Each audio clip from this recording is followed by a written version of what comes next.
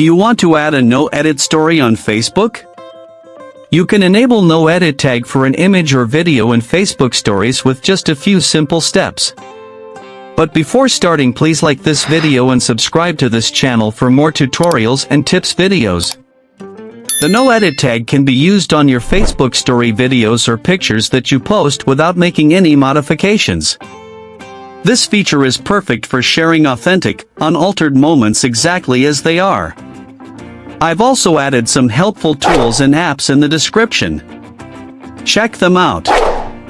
To add a no-edit tag to your Facebook story, first, open the Facebook app on your mobile device. Once you are on Facebook, you will see the Create Story option at the top left of the screen. Tap on it. A new screen will appear with photos and videos from your device gallery. To enable the no-edit tag in your Facebook story video or picture, long press on a video or photo that you want to post without editing. Your selected video or image will pop up with different options. Tap on the Share with No Edit button from the pop-up menu. Once you tap the button, your photo or video will automatically be posted to your Facebook stories with the no-edit tag at the top right of the story.